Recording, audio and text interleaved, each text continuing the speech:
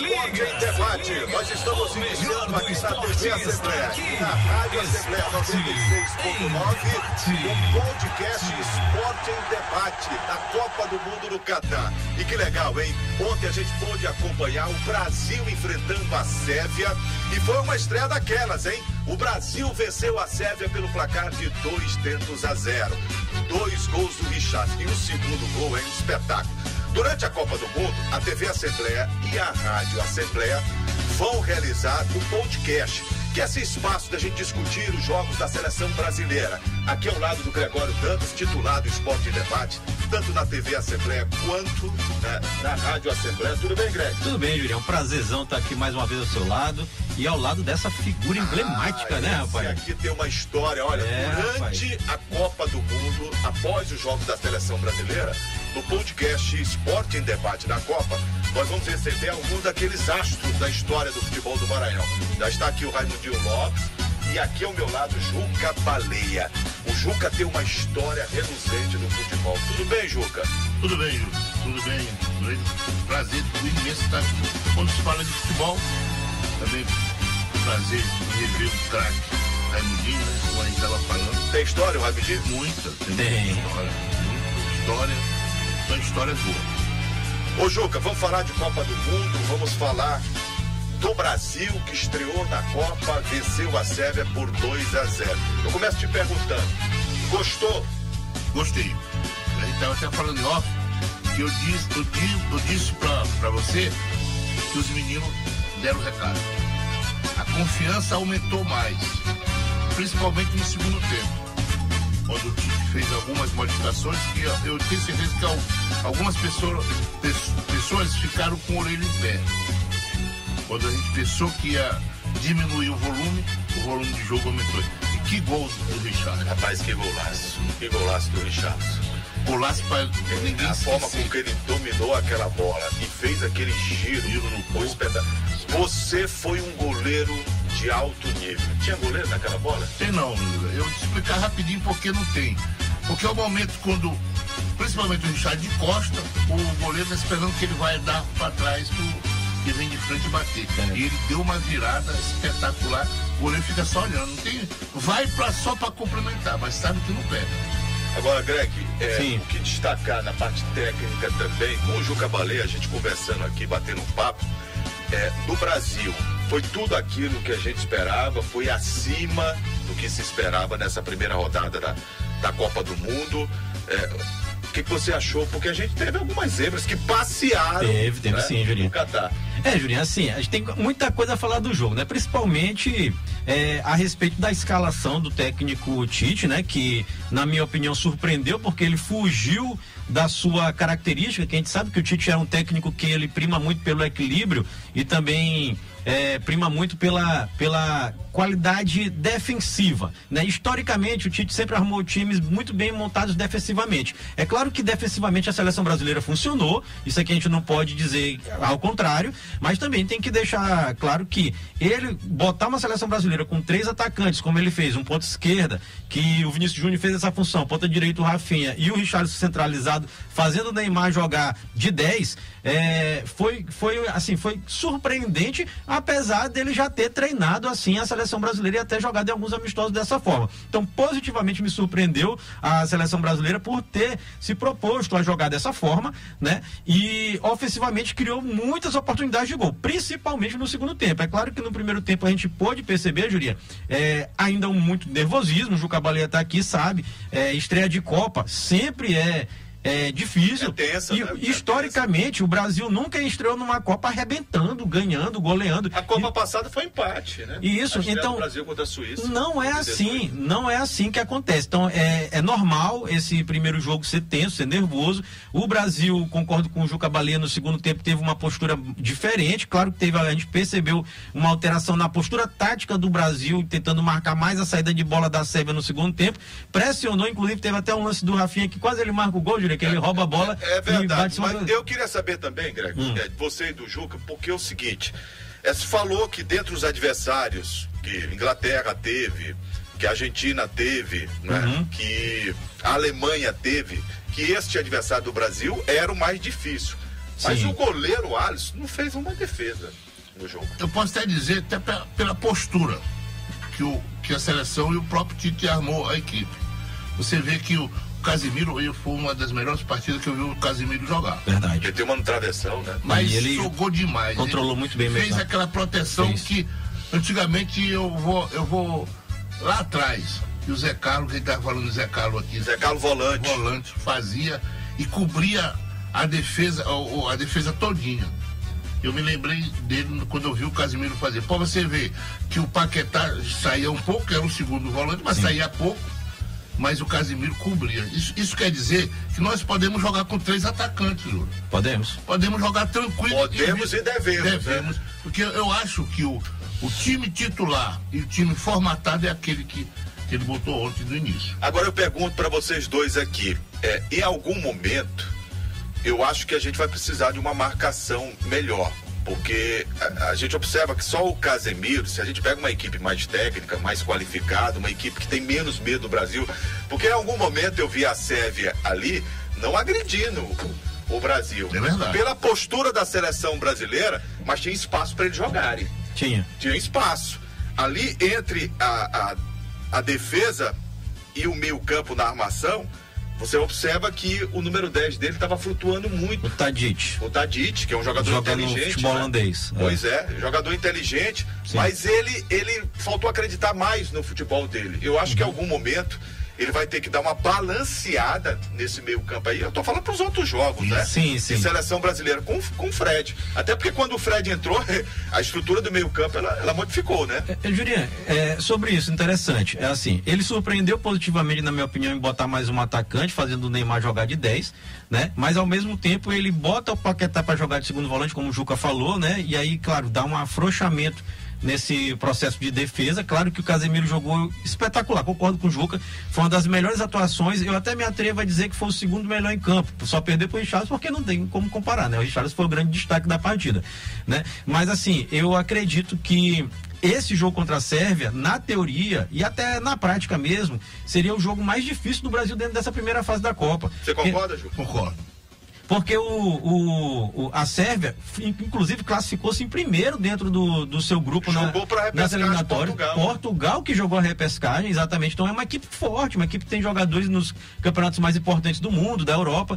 E o Brasil jogou amassando. O Brasil amassou a Sérvia no segundo tempo. Então, para mim, o Brasil se configurou no seu confronto mais difícil de uma maneira muito bem em campo. Concordo com você que, por exemplo, jogos de fase mata-mata, que um Brasil, por exemplo, pode enfrentar Portugal, por exemplo, que já é na primeira fase, só não custa nada lembrar, o Brasil, que está no grupo G, Jurinha, cruza com o grupo H. E o grupo H é o grupo justamente que tem Portugal, Coreia do Sul, Uruguai e Gana. Ou seja, já é um confronto difícil, por exemplo, pegar um Portugal, pegar um Uruguai, aí talvez você precise reforçar ainda mais o meio campo, como você falou, né? Sugerindo botar o Fred, então botar o próprio Bruno Guimarães ali, mais um homem no meio de campo, né? Ô Juca, e a seleção te dá mesmo a esperança de conquista desse hexacampeonato?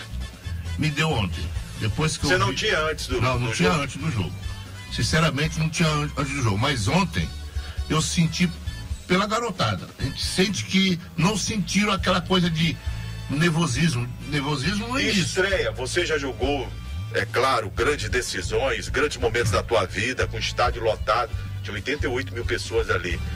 Dá uma tremedeira? Sente mesmo, a tensão é alta? Não tem esse dizer que não se sente. Depois dos 15 minutos. O Raimundinho disse que não sentia. Não, sente. Era mais fácil jogar, mais solto. Os caras para marcar. Jogava diferente. muito, né? Diferente. Os caras iam marcar. O goleiro sente a mesma coisa também? Sentia, não tem isso. Dá aquele friozinho da primeira pegada. Mas tem que dar, né? Se não der, não é humano. Não tá normal, né? Vai ser o do melhor. Agora, se saltar, perde a confiança. Isso. A primeira bola do goleiro tem que ser pega com firmeza, com segurança, para não ter aquela coisa de pegar a confiança lá pro final do jogo. Aí não tem. E bola você pegava muito, né? A gente pegava algumas bolinhas, né? Não, esse era grande goleiro. Goleiro. Histórico, rapaz. Ô, Juca, a gente tava aqui nos bastidores, esse podcast é pra gente trazer também coisas especiais. Eu vi o Juca em grandes momentos da história dele, Palmeiras, por exemplo. Rapaz, eu vi diretoria do Palmeiras levar filho para poder pegar o toque do Juca Baleia no Parque Antártica. Verdade, marcou. Jura, aquela foi o jogo que marcou até hoje, tu acredita? Outro dia eu fui fazer com o Roger Flores uma boleiragem. Boleiragem lá no Rio de Janeiro. Rapaz, eu assisti. O programa foi bem legal. Eu não acreditei. A Ana me ligou, se o Cabaleiro vão acertar. Eu fui preciso ligar para uma prima minha. Você pensou que era um trote. Isso é verdade. É muito fake news. Quando eu cheguei lá, a primeira coisa que ele me disse: rapaz, tu não acredita em ti não, Juca? Tu for preciso tu mandar tua prima procurar se era eu que estava mandando te convocar para fazer aqui o programa. Não, rapaz, porque tu sabe como é que é, né, Roger? Ele é acostumado a vir aqui em Barreirinha e... Ele gosta. Vive no latim todo final de ano. Ô Juca, e tem um lance do Bismarck que jogou no Vasco da Gama, foi uma das estrelas do Vasco da Gama, meia. Jogou Copa, né? Inteligente, jogou Copa do Mundo, jogou no Japão também. Copa de 90, camisa 10 da seleção. E o Bismarck cobrou um pênalti, né, com a camisa do Vasco e o goleiro era você. Você pegou a penalidade, mas o que ele te disse naquele momento? Ele não acreditou. Como é que pode, pô? Eu disse pra ele: quantos quilos tu pesa de 120? O quê? Mas são passagens que a gente tem. Memorável, que a gente não esquece. Eu me lembro a vinheta da Globo encerrando um Globo Esporte com uma baleia, meu amigo. Batendo 84. 84. O Raimundinho tá de prova, ele me levou em 81. Foi 81, né, Raimundo? 80 pro Bacabal, e Raimundo disse: olha, então precisam de um goleiro. Aí o treinador era seu Nabô. Era Nabô, né? Era Nabô. Ele disse: vai buscar lá em São Luís um gordo. Quando eu cheguei lá, quando eu entrei, ninguém acreditava. Depois terminou sendo o Juca Baleia e Raimundinho fazendo chover lá em Bacabal. Nós jogamos junto. Por isso que eu digo, hoje, como tu disse, Juraci, se hoje o Raimundinho é mais novo... Não, meu pai dizia, o Juraci Vieira disse assim, tem 26 anos... Elvis viu ele jogar? Elvis viu. Elvis não morreu. Elvis é Frank, rapaz. Explica que é Frank, nosso técnico aqui de áudio, rapaz. Técnico de sonoplastia aqui da TV Assembleia. Padrinho, né, Júlio? Padrinho. Aquele jogador da Selva, o Canhotinho, tu vê que ele mexe. Todo jogador que mexe bem com a perna esquerda joga bonito, né? E ele joga fácil. Se não marcar ele de perto, ele vai dar trabalho aqui, número 10 do Juca, é o Tadic, eu tenho uma preocupação. Eu vou conversar com o Raimundinho também sobre essa preocupação e vou me valer aqui da tua experiência como jogador de futebol. E você foi um grande goleiro, sem sombra de dúvidas. Essa vitória, ela não pode também causar uma euforia dentro do grupo, que é jovem, porque quando você é mais jovem, há uma oscilação psicológica natural. Você não teme isso, não? Eu posso dizer que eu não temo. Sabe por quê? A gente sente o grupo amadurecido. Por isso que eu te digo, a maior surpresa foi quando a garotada entraram. E você viu que eles não sentiram muito. Então eu digo pra você com certeza, essa vitória vai dar mais moral para a equipe. Concordo com o Juca. Entendeu? Né? Vai dar mais moral porque a gente sente no grupo, e a gente que jogou muito tempo sabe que quando o grupo está fechado é difícil ser batido. É difícil, né? Difícil, e você pode ver quando eles entram, quando está fora, o grupo está unido, a brincadeira é unida, não tem aquele jogador, porque tu sente quando tem um grupo de 20, aí tu vê um jogador, 2 puxado, aí tu já sente que tá difícil o grupo ali. Mas o grupo o vestiário tá bom. Tá bom demais. Essa coisa do próprio lateral que convocaram, Daniel Alves. Eu dizia numa emissora local que o Daniel... Você pode falar que não tem isso não. Eu sei. Ele foi convocado, que é bom jogador, que eu acho que é bom, mas o Danilo mostrou que é o titular ontem, jogou muito bem o Danilo, mas o Daniel é um fazedor de grupo. Então, quando tu tem aquela pessoa, um líder de grupo, é importante qualquer segmento que tem mais de 20 pessoas. Se tu tem um comandante maior, que é líder dentro do teu grupo, isso vai dar certo. É por isso que eu digo que ontem eu senti firmeza no time da seleção brasileira. Embora que agora nós conversamos sobre, vamos pegar um time mais ágil, como a França. Nós vimos, o time da França tem aquela jovem e é um time muito bom também. Colocando o Brasil um pouco assim de lado, quem foi a outra grande seleção que você viu jogar essa Copa até aqui? Eu vi a Inglaterra também, embora que deu o time meio... Aquilo ali não é um cavalo sem dente, não? Pode ser também. Mas a gente vê até pela formatação do time. Eu tiro pela formatação do time. Então a gente vê a Inglaterra, um time bom. Outra equipe que a gente viu foi a França. França. A França eu gostei muito da França. A Espanha também, né?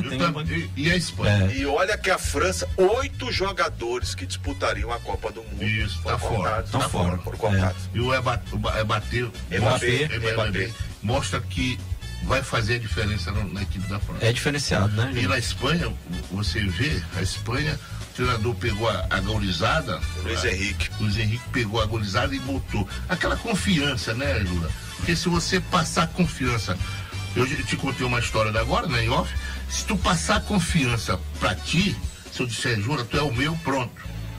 O cara vai fazer o que até coisa impossível ele faz. É o que o Luiz Henrique passou pra gorizada da Espanha. Joga com elegância, toque de bola assim. Ele trouxe aquela goleada foi mais de um time que quer ganhar alguma coisa. Ele trouxe 2 destaques do Barcelona muito jovens, né? O Gavi e o Pedri, para jogar no meio campo, que estão já comparando com o Xavi e Iniesta, né? Mas ainda é cedo, né? É cedo demais, mas tem uma qualidade parecida, aquela escola lá do Barcelona, do tic-tac, né? Daquele futebol lá. É verdade. Tem que... Ô Juca, e esses estádios são feios, né? A gente vinha conversando sobre isso. É verdade, né? Mas estádio climatizado. Aquela coisa de estar 32 graus, o cara fecha e liga o ar e você vai pro beleza, né? Juca, tem hora que você acorda assim, aí você começa a pensar, e você dorme pensando e sonha jogando bola. Mas sonha jogando bola numa época de hoje? Sonho, de vez em quando a gente sonha, até pelo momento, né? A gente vê, sinceramente, a gente vê cada perna de pau jogando ali. E no futebol maranhense tem muito, viu? E muito. Não, se eu falar do futebol maranhense, a gente vai ver. Porque Mas tem bons jogadores também. Tem. Não, nós temos craque. Mas ainda tá faltando aquela pessoa, o gestor, Jura, de buscar pessoa certa. Nós apanhamos muito. O cara pega de lá, manda 5 jogadores, tu vê, não dá um. Como aconteceu com o Moto Clube agora. Aí puxava futebol, o treinador trouxe 6, aquela coisa de o cara não conhecer o futebol. Tu não pode tirar os méritos do Raimundinho, do próprio Juca Baleia, ou o Rodrigo Ramos, ou do próprio Kleber, nem tanto que o Kleber não gosta dessas coisas, ele é mais restrito. Kleber Pereira. Mas fazia gol, né? E muito, mas não é restrito. Mas nós que convivemos dentro do futebol, que conhecemos, eles dão para outras pessoas. Essa é coisa que eu fico olhando, aí pega a tabada. Né? Como o presidente Sérgio Flota está falando, só para fechar, o louco aprendeu. Eu lhe chamo ele de louco. Ele aprendeu a coisa. Mas antigamente o cara mandava um vídeo para ele, traz. Não é assim, né, Júlio? Não é assim. Não funciona assim. Agora ele aprendeu tanto que ele vai em loco para olhar o jogador. Aí pode ver que está dando certo o jogador. Ô, Juca, vamos fazer um bate-bola que já a gente conversa com o Raimundinho Lopes também. Juca Baleia, me diz uma coisa, que um bate-bola vocês dois aqui. Vamos lá, Jurinho. Vou só mediar, vou rolar a bola pra vocês. Vai lá. Tu chuta e o Juca vai defender. Faz a defesa. Juca, mexeria alguma coisa pro segundo jogo? Não. Continua. E se o Neymar não puder jogar? Quer dizer, eu contou no dedo chato. Aí eu entraria com o Fred. Com o Fred, né? Com o Fred ou com aquele, o Lourinho, Andrei, que mexe com esse quê? Com a canhotinha. Anthony. Muito bom jogador, Anthony. Você faria o quê? Jurinho, tem pode acontecer isso, né? O Neymar, como a gente viu. Eu acho que ele joga. Pode já saber do Raimundinho, já apanhou pra caramba também. Ele teve uma entorse, até o médico da seleção disse que pra Copa não preocupa, mas eu tava vendo uma informação agorinha aqui nos sites especializados. Pode ser que pro próximo jogo ele não consiga jogar. Não esteja recuperado. Para esse próximo jogo agora, que é segunda-feira, até separei, Jurinha. Segunda-feira, 1h da tarde contra a Suíça. Pode ser que não dê para jogar esse jogo. Aí tem as opções, né? ele pode, por exemplo, botar... Você colocaria quem? Ele poderia, por exemplo, botar o Everton Ribeiro para fazer o 10, que foi o jogador do Flamengo convocado meia. Ele poderia, por exemplo, botar o Fred, como o Juca falou, né? E adianta o Paquetá para fazer essa função um pouquinho mais adiantada de meia centralizado e faz o Fred. E pode botar também o Bruno Guimarães, que está jogando muito bem, e tem muita gente que diz que merece até ser titular do lado do Casemiro, ali nessa opção também, botando o Paquetá mais adiantado. Então tem essas 3 opções, o Tite aí, Jurinho. Ô Juca, e a esperança de segunda vitória também, segunda-feira? Você acha que vai ser mais fácil? Não. A Copa do Mundo não tem jogo fácil. Não tem jogo fácil, não. Mas eu acredito que o Brasil ganha. Nosso time começou bem, é aquela coisa de confiança. Eu senti que a garotada não tremeram, aquela coisa de primeira Copa, temos de mostrar pro Brasil que nós temos condições de estar aqui. Eu confio na segunda. 3 favoritos a conquista da Copa do Catar, na sua opinião? Eu digo Brasil, Espanha e França. Nessa ordem? Nessa ordem. Brasil, Espanha e França. Pra você, Greg? Brasil, França e Espanha. Ainda bota a França um pouco à frente da Espanha. Nessa ordem. Nessa ordem. Juca Baleia, meu irmão, goleiraço. Prazer. É um prazer abrir o podcast da TV Assembleia e da Rádio Assembleia. Um dos maiores nomes da história do futebol do Maranhão. Verdade. Você ajudou a construir a história desse futebol maranhense. Você fez nós vivemos momentos de deleite no estádio de futebol. Venceu a física. Nem Isaac Newton consegue. Você driblou a física. Com um peso um pouquinho acima. Você brilhou nos gramados daqui e de outros estados brasileiros. E hoje, quando a gente vê você no Boleiragem do Sport TV, com o Roger, né, Juliana? Com o Roger Flores, quando a gente vê na Globo ao vivo, quando a gente vê em Bandeirantes, outras emissoras. ESPN, outro dia, ESPN te convidou. Outro dia eu vi uma página da Folha de São Paulo destacando a trajetória do Juca Baleia. Eu fico muito feliz porque você é sinônimo, né, de um jogador maranhense guerreiro, desbravador e competente. E de alegria, Jurinha, viu? De alegria, e de alegria. Sou seu fã, cara. Sei disso, Júlio. E eu agradeço a vocês todos. Sei que vem do fundo do coração e a gente até se emociona. Mas é porque quando a gente tinha que ter um tempo maior, né? O Raimundinho sabe disso, tinha que ter um tempo maior pra gente falar sobre o futebol, tá entendendo? E a gente fez estrada, né, Júlio? Fez estrada. E vai continuar. Essa história construída, Juca, ela não se acaba nunca. Não, eu costumo dizer que o talento não passa, o talento não morre. Isso. Fica ad eterno. Agradeço, meu irmão. Daí. Valeu, Jurinha.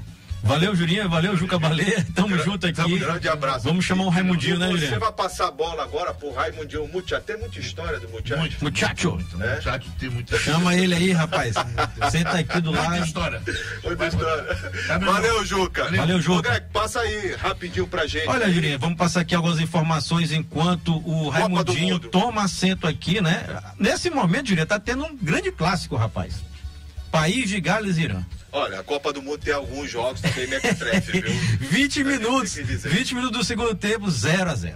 0-0, né? Isso aqui é só informação de momento, mas aqui, ó, no grupo do Brasil, Jurinha, a gente vai destacar agora, o Brasil tem 3 pontos, ganhou o jogo contra a Sérvia, a Suíça também ganhou o jogo, né? É bom lembrar, ganhou de Camarões, também tem 3 pontos, então teremos o confronto dos líderes, né? Brasil e Suíça na próxima segunda-feira, 1h da tarde. Deixa eu cumprimentar essa fera do futebol do Maranhão, Raimundinho Lopes, que além de jogar muita bola aqui no estado do Maranhão, encantou em parte do mundo, jogou no exterior, jogou no Equador, jogou na Europa, jogou em outros países. Raimundinho, que bom te receber aqui no podcast, no Esporte em Debate, na TV Assembleia ao vivo e na Rádio Assembleia. E no YouTube, Jurinha, viu? Estamos ao vivo no YouTube da TV Assembleia. Com você, nesse momento de Copa do Mundo do Catar. É diferente Copa do Mundo, Raimundinho? Bom dia, Jurinha, bom dia a todos. Realmente é um prazer imenso estar aqui com você. Estava acompanhando agora o Gordo Leve, a Baleia Voadora. A Baleia Voadora. Que tem a sua história. Graças a Deus, eu sempre digo, Jurinha, que a morte ela levará a nossa vida, mas ela jamais apagará a nossa história, que foi construída com muito sacrifício, com muito empenho, para poder representar não só o futebol maranhense, o nosso estado, como o nosso país fora O campeão Juraci Vieira, de saudosa memória, dizia muito no ar, no rádio e na televisão. Se o Raimundinho tem 26 anos, ó, estaria aí na seleção brasileira. Você jogava muita bola, cara. Eu lembro que na Copa de 94, quando eu fui levar Luiz Carlos para Tunísia, eu estava 1 ano e meio parado, já parado de jogar. Fui levar como intermediário pelo relacionamento que tivemos. E o presidente lá me convidou para participar, porque eles tinham perdido o meio e ouviu que eu jogava. Eu disse, olha, eu estou 1 ano e meio parado. Ele disse, mas, assim, em relação à seleção brasileira, mais ou menos qual o seu estilo? Aí eu disse, olha, com todo respeito à seleção brasileira, tecnicamente, nenhuma minha perna direita, eu sou canhoto. Aí ele ficou, olhou para trás e disse assim, você tá pensando que peraí, eu joguei futebol também, tá, que vai me contar a história dessa? Eu digo, não, eles têm outras virtudes que eu não tenho. Mas tecnicamente, nenhum deles é minha perna direita. Na época era Raí. Os meias era mais Raí, Mazinho, Dunga, Zinho. Então, tecnicamente, com toda a humildade, era difícil de comparar. Mas verdadeiramente jogava não. O que eu vi, o Raimundinho jogar, não jogava mesmo não. Eu não tive a oportunidade de ver o Raimundinho. Você perdeu, viu? Eu não tive, jogava. Mas pelo que eu tenho de informação. Nossa senhora, nasceu na época errada. Né? A gente até fala, Jura, que às vezes eles colocam essa situação, eu digo assim, mas não dá para escolher a época, né? Porque nós estivemos no momento que era só canela de pau. Zico, Roberto Dinamite, Jorge Mendonça, Cláudio Adão, Peter. Ô Raimundinho, para quem tá te acompanhando na televisão aqui, e a audiência é rotativa, os mais novos, você, além dos principais aqui do Maranhão, você saiu daqui, conta pra gente aí, descreve pra onde você foi. Eu, em 80 moto, fui campeão, bicampeão, tricampeão, 81, 82, 83, 84. Iniciei o Campeonato Brasileiro, fui vendido por Barcelona de Guayaquil. Depois voltei pro moto, fui pra Bélgica, pro Serrano da Bélgica. Barcelona de Guayaquil, no Equador. No Equador. Sim. Tradicional. No Barcelona. No Equador que a gente tá vendo na Copa. O Barcelona lá é o Flamengo. Inclusive, de maior torcida, 50, 60 mil todo jogo. A final da Libertadores agora, a última, foi no estádio do Barcelona. Isso, no estádio que na época que eu fui, foi lançada a pedra fundamental pelo presidente Isidro Romero Carbo. Sim. Barcelona era uma grande equipe, a maior do país, porém não tinha estrutura nenhuma. Tinha que treinar no campo anexo, essas coisas todas. E hoje o Barcelona realmente também, fora do campo, teve estrutural, tem uma potência. Exato. Aí depois do Barcelona. Aí vim para o Sampaio Correia, onde nós também fomos tricampeão jogando, mas o título de pentacampeão. E depois fui para a Bélgica. Aliás, para o Náutico em 88, emprestado. Náutico e Capibari, fomos vice-campeões brasileiros da série do módulo amarelo na época. E depois voltei ao Sampaio e fui para a Bélgica para o Serran. Serran da Bélgica. Aliás, fui primeiro para o Aragem. Sim. Passei 2 meses, aí terminou, só que eles queriam. Engraçado, futebol, a mentalidade é incrível, né? O Aragem era um time de muita força, precisava de um jogador técnico, né? E aí, minha estreia foi contra o Bruges, na época o Clube do Bruges foi campeão belga. O jogador menor era maior que eu. Que ano foi isso? Que ano foi 90. 90. Certo. O menor era o Beckman da seleção. Aí tinha o Kuhlmann, tinha o Van der Est, tudo seleção belga naquela época. E aí eu fiz o primeiro jogo. O treinador disse assim, mesmo que ele seja o melhor ou o pior em campo, ele vai jogar 1 hora. Essa é a maneira que eles trabalham. E eu joguei só 1 hora mesmo. Foi o único jogo que o time não tomou gol no primeiro tempo. Certo? E eu não participei muito, mas 2 jogadas eu deixei o cara na cara do gol as 2. Uma eu dei aquele tradicional, rabo de vaca, que caiu todo mundo, e joguei ele debaixo do... Sem goleiro nem nada, ele jogou por cima. Quando voltou pro segundo tempo, fez os 15 minutos, e como ele estava previsto, ele me tirou. Né? E quando eu cheguei no vestiário, a primeira coisa que eu escuto, o time tomou gol. Quer dizer, por coincidência. Terminou o jogo, a imprensa perguntou para ele sobre a minha pessoa. Ele disse, olha, tecnicamente, não tem um jogador na Bélgica igual a ele. Nem Enzo Schifo, nem Marco Degrez, tudo seleção belga. Não tem um jogador igual a ele tecnicamente. Mas fisicamente ele não está no mesmo nível dos demais. E eu não posso mudar a minha maneira, o sistema tático do jogo em função de um jogador. Quer dizer, por isso que lá atrás eles tiveram dificuldade, inclusive, para chegar em finais de Copa do Mundo. Avançar. Porque aí se você tem um jogador e tem esse poder de criatividade, esse jogador você tem que arrumar uma maneira para ele jogar. Ô Raimundinho, Copa do Catar. Sim. Brasil 2, Sérvia 0. O que você achou do jogo? O jogo foi. O primeiro tempo foi um jogo Normal. Por quê? Porque o Brasil enfrentou uma equipe forte. Uma equipe que se fechou toda lá atrás, né? Fazia a linha defensiva, porque eles sabem da qualidade técnica individual de cada jogador da seleção brasileira. Então o Brasil, a estreia, pelo adversário difícil, bem atracado, encontrou, né, um pouco mais de dificuldade para criar situações de gol, mesmo tendo o controle do jogo. Mas nós sabíamos que a qualquer momento eles são capazes de fazer a diferença, porque do meio para frente, eu disse até que o Brasil pode jogar até sem defesa e sem goleiro, porque do meio para frente é complicado. O nível é muito... Eu falei com o Juca, o goleiro não pegou nada. O Alisson não fez uma defesa. Exigido, né, o goleiro do Brasil. Eles tiveram 2 momentos, na realidade, de bola parada pela estatura deles, né? Foi cruzamento e tudo, mas no normal a defesa perfeita. Agora, com a tua experiência, Raimundinho, assusta os demais adversários, o Brasil estrear dessa forma? Isso aí você pode ter certeza. Até porque o Brasil, Jura, quando nós jogávamos, eu lembro que em 84, quando eu cheguei no Equador, e estava a seleção olímpica disputando lá o torneio. E os jogadores do Equador diziam assim, olha, quando nós vamos jogar contra o Brasil, ninguém dorme. E isso até hoje na Bélgica a mesma coisa. Você acha que até hoje é assim? É assim. Aí a pessoa vai dizer assim, não, mas hoje eles evoluíram, mas contra o Brasil, você pode ver. Os caras não saem, é tudo tentando jogar no erro da seleção. Você já tremeu alguma vez numa decisão, um jogo importante? Você já sentiu uma coisa diferente, assim? Todo jogador tem que sentir aquele frio. Isso não tem jeito. Não é normal, não é humano. Porque assim, mas passa os 5 minutos. Agora, eu tinha uma vantagem muito grande, e quem me deu, inclusive, essa tranquilidade, foi um dos maiores treinadores do futebol maranhense, o maior ganhador de título do futebol maranhense, Marçal Tolentino Serra, falecido, memória, a qual eu digo sempre que é meu mestre. Aprendi muito com ele, porque ele dava essa tranquilidade, certo? Ele dizia, joguem com simplicidade, faça o que você sabe fazer, o que você treina. Então, Jura, o que eu fazia? Antes do jogo eu ficava tranquilo, porque ele me disse que quanto mais tranquilo você está nos momentos mais difíceis, mais capacidade de raciocinar você tem. Neymar, você foi um meia habilidoso demais, apanhou muito jogando futebol. E naquela época, muito mais do que hoje, né, era complicado. Porque hoje você tem 38 câmeras, né? Hoje a arbitragem é cobrada, tem VAR. Naquela época não tinha isso, não. Não era nada, Julinho. Como você viu o tornozelo dele, tem condição de jogar? Olha, eu acredito que tem até. Talvez eles poupem por não ser uma final. Ou então um mata-mata. Então, fase classificatória pode dar um tempo mais. Mas é só um inchaço. O inchaço, lógico, além da atuação, mas o inchaço, você olha e você diz, poxa, é muito grave, mas não é. Porque quando torceu, ele não ficou com a perna presa, com o tornozelo preso. Aí se fica, poderia até fraturar. Então, na ação, o jogador ele já sente o movimento e ele já se projeta para a queda, certo? E ali vai ver como houve o inchaço, mas é tratável. Agora, eles podem sim pouparem para que ele possa ter. Mas como a gente sabe que pouparia ou não? É ele que tem que dizer, porque mesmo que o médico diga assim, olha, você lembra do Ronaldinho que os médicos, não, isso e aquilo, ele disse, eu quero jogar. E o jogador, ele sabe. E você sabe que o Neymar, como se diz na nossa época de infância, dizer, ele é capela. Ele quer jogar. Capela. E ele hoje, o que é mais importante, Jura, ele é simplesmente diferenciado.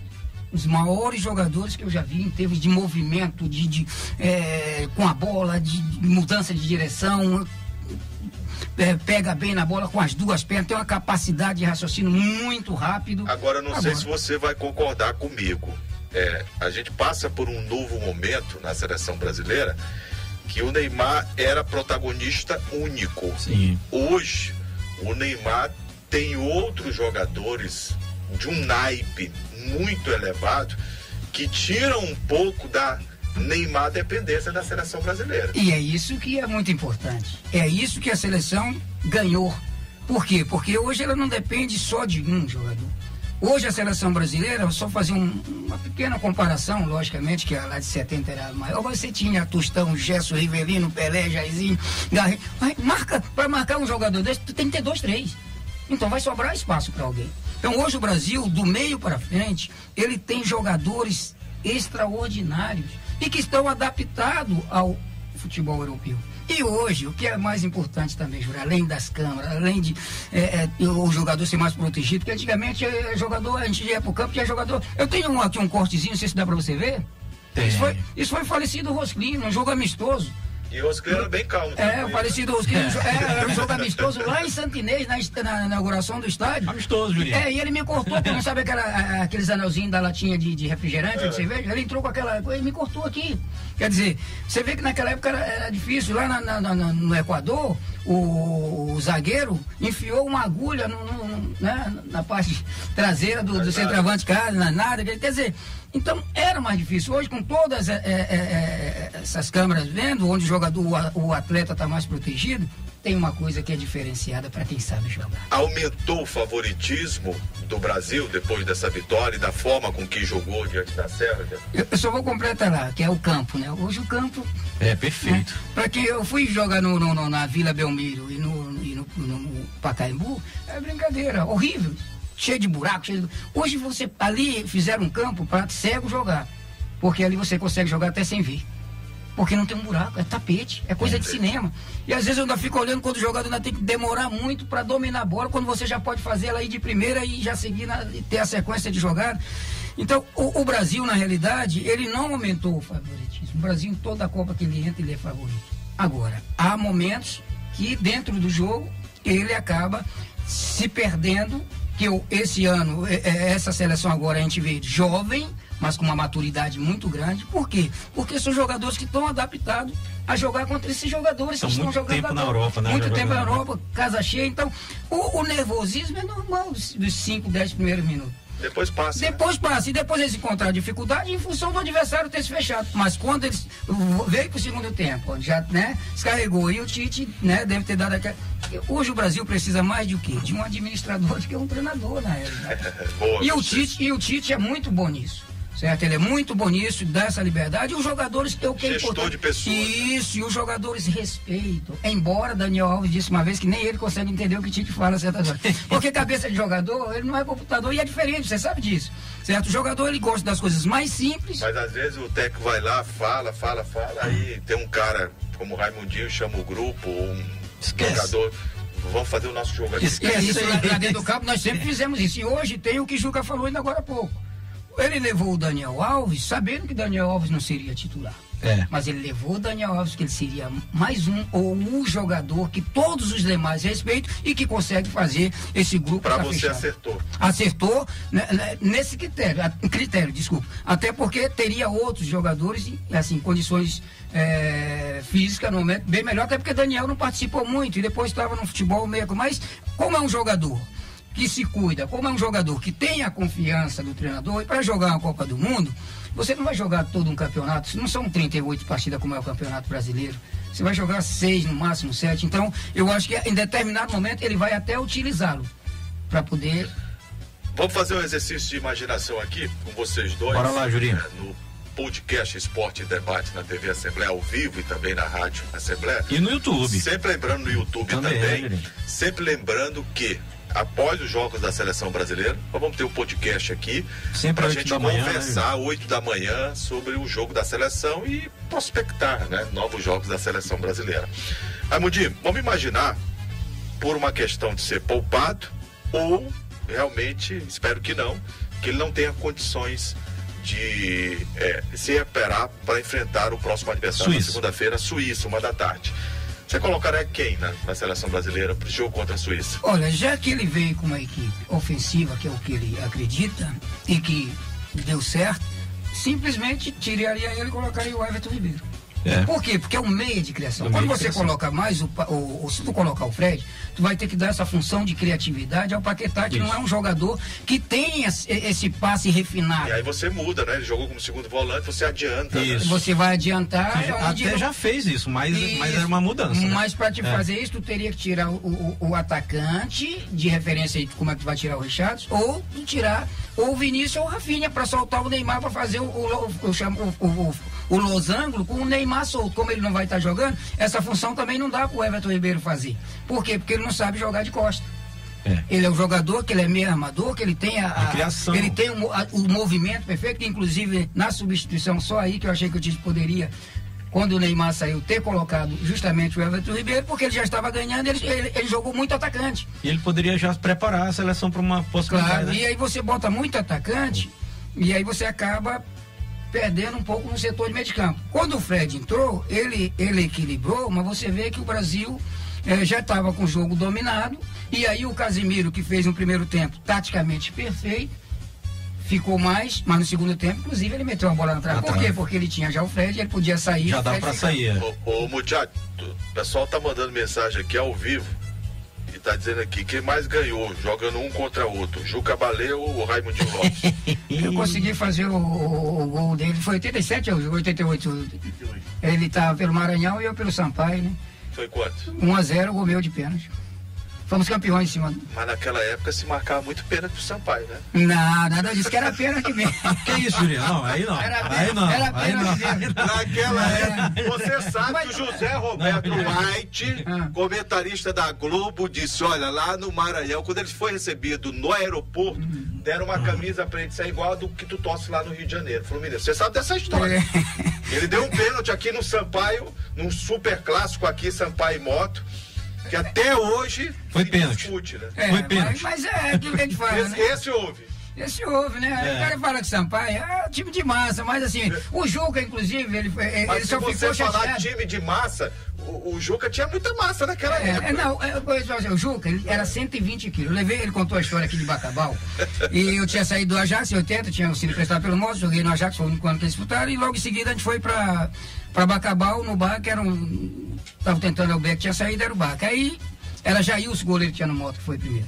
E aí Jailson não pôde ir em cima do jogo. Ele disse, e agora? Eu digo, vai lá no Maranhão e pega o Juca. Liguei pra Juca lá, chegou o Juca. Juca chegou quase na hora do jogo. Já pegou 2 quilos de comida. Ele já com 120. Aí quando o Juca entrou no campo. 122, quando o Juca entrou no campo, os caras deram risada. Não, a torcida deu risada. Cara, esse que é o goleiro? Tá de brincadeira. E era contra o Guarani de Sobral. Nós metemos 2-0, eu fiz os 2 gols. E Juca, era teco-teco, tangerina, era um timaço. Era um timaço. E aí Juca pegou tudo. Depois do jogo, todo mundo foi abraçá-lo e tudo. Aí voltou para outro jogo, só que aí foi difícil, que ele já veio recuperado, aí foi pro almoço. E era aquela mesa giratória, né? Fica uma parte aqui embaixo que é o prato fixo e a comida fica da outra girando. E Juca sentava na mesa, aí ele enchia o dele, aí os caras queriam puxar, ele segurava a mesa do outro lado para ninguém levar pro outro lado. Mas era um goleiro fantástico. Juca só. Aliás, Juca não, o treinador que veio, não sei o nome dele, foi Lula, que veio pro Maranhão e disse, não, com esses 120 quilos você não pode jogar. Fizeram um regime em Juca. Juca chorava dia e noite, porque não comia. De 120 quilos ele foi para 77. Quando os caras chutavam, a bola passava. Ele pensava que ainda estava aquele corpo todinho, aí a bola passava. Julinha, oi. O tempo, né, meu amigo? É verdade. O tempo urge, né, rapaz? O tempo urge. Ô, Raimundinho, obrigado pela presença aqui nesse primeiro podcast Esporte e Debate. Julinha, antes da gente se despedir dele, vamos passar logo aqui os jogos de hoje, né, rapaz? Vamos lá. Porque o Raimundinho vai dar a sua opinião. Ó, Raimundinho, agora, só lembrando que o jogão clássico, eu acabei de dizer, ainda tá 0-0, viu? 39 do segundo tempo, o País de Gales e Irã, né? É o clássico, né? É o clássico, rapaz. E aí, duro pra ver, né? E agora, 1h vamos ter um jogo bom, Raimundinho. Holanda e Equador, jogo interessante, né? Hoje, dia 25, sexta-feira, 1h, Holanda e Equador. É o jogo mais interessante da rodada, né? Tem outro jogo interessante também aqui, às 4h, Inglaterra e Estados Unidos. Então são os 2 jogos de hoje aí. Bom jogo. Né, pro Raimundinho falar a opinião aí a respeito dos jogos. Você acha o que desses jogos aí, Raimundinho? Holanda, Equador, Inglaterra e Estados Unidos. Olha, a Holanda tem um time melhor que o Equador. Agora é futebol, é dentro do campo. O Equador ganhou o primeiro jogo, né? O primeiro jogo, vai estar motivado, certo? E não vai se disputando, né? Para poder tentar justamente sabendo da qualidade holandesa, mas é futebol. E eu tenho 4 times, né, nessa Copa do Mundo. Né? 4 times? 4 times? Quais? Primeiro, Brasil. Tá? Equador foi o segundo. Jogou lá, né? Bélgica foi jogou o segundo. Lá também. E a Tunísia, que eu encerrei a minha carreira. Pronto, tá aí. Então são 4 equipes, mas a principal... Palpite Inglaterra e Estados Unidos, Raimundinho. Inglaterra ganha. Não sei, eu vou dizer pra cá porque é difícil, mas Inglaterra... Começou muito bem a Copa. Começou muito bem a Copa. Tá certo. Raimundinho, muito obrigado por ter vindo aqui e é muito bom conversar de futebol com você, um craque, um talento do futebol, a geração mais recente que não viu jogar. Raimundinho jogou muita bola. Jogou. Muita bola. Hoje nós não temos, hoje que eu falo, para ser generoso, né? Mas há muito tempo nós não temos um jogador com a capacidade de definir um jogo, de visão de jogo, de dribles, do rabo da vaca, que você fazia tão bem. Jogador que levava público pro estádio. Você, Juca Baleia. Deixar jogador na cara do gol, que deixou muito, né? Atleta na cara do gol. Hoje a gente tem um Pimentinha aí, é o grande nome. É o grande nome. E é um grande nome. E é um grande nome. Ídolo. São estilos diferentes, né? A gente sempre diz, por exemplo, era um ponta, vi né? vários atacantes assim, mas, por exemplo, o Kleber Pereira eu sempre disse, ó, goleador nato. Kleber porque, infelizmente, ele apareceu tardiamente. Por quê? Porque ele não teve a base, os fundamentos de base. Porque ele chegava na linha de fundo, ele queria fazer o gol. Depois que ele foi para o Atlético Paranaense, outra estrutura, outras condições, e aí ele desenvolveu muito mais, mas sempre artilheiro. Então, Kleber Pereira, Bacabal era um monstro na cabeça. Bacabal, a bola vinha no chão, ele não queria saber de chutar, ele metia a cabeça porque era praticamente defensável. Dizem, Jurinha, pela imprensa maranhense, que nós estamos eleitos entre os 5 maiores jogadores de todo o estado. Eu me considero entre os 200. Porque você tem um Hamilton, um Djalma, um Carlos Alberto, um Edésio que veio tanto de dentro como de fora. Grandes jogadores que passaram por aqui. Eu não seria, não teria essa prepotência de dizer que eu estou entre os 5. Eu me coloco entre os 200, porque graças a Deus também Deus nos deu um talento e nós desenvolvemos isso. E falar e lembrar do saudoso Jurapai, né? Que a gente, assim como você fala que nós temos uma história no futebol e vocês têm uma história. Seu pai, inclusive, foi que lançou o 10 da moda. O 10 da moda. Ele tinha os bordões que, quer dizer, o gordo leve. O 10 da moda quando o Raimundo jogava. Então, quer dizer, são coisas fantásticas. E hoje a gente vê, e o que a gente quer, só pegando um gancho aqui do que o Juca falou, o que nós queremos sempre é que o nosso futebol cresça. Hoje nós estamos numa outra função, como representante da classe dos atletas, e a gente sabe da importância que são esses atletas. Hoje nós temos, por exemplo, Júlio, um assunto que depois eu gostaria de conversar com você em particular, para a gente trabalhar isso. Nós estamos com um dos maiores goleadores do futebol maranhense, passando um momento muito difícil. Ele não é do nosso estado.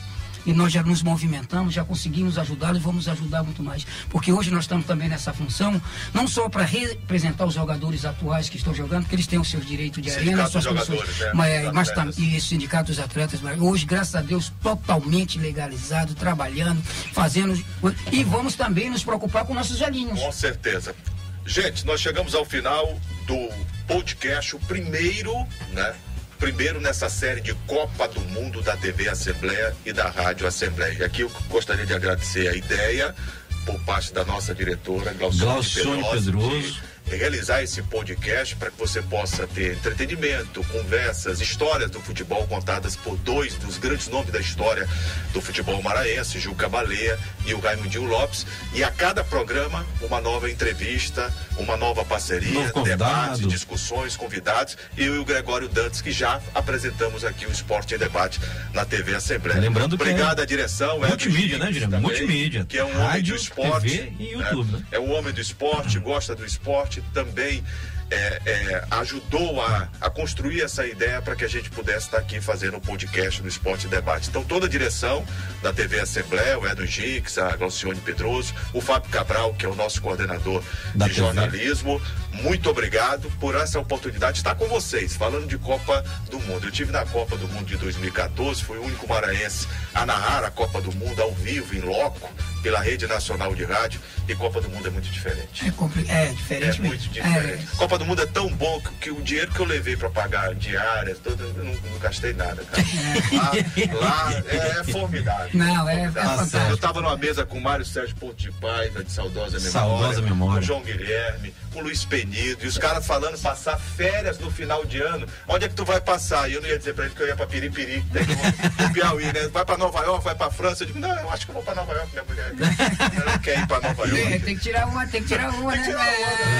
Mas você tem a capacidade é muito grande, merecido, né? Com certeza. Gente, muito obrigado. Terça-feira, olha, segunda-feira tem Brasil. Tem, Brasil e Suíça. Brasil e Suíça. 1h. E na terça-feira, o podcast do Esporte em Debate aqui na TV Assembleia e na Rádio Assembleia. Obrigado, gente, pelo carinho da audiência. Sem vocês, nós não seremos ninguém. Um grande abraço e até a próxima. Até mais, gente. Tchau. Show.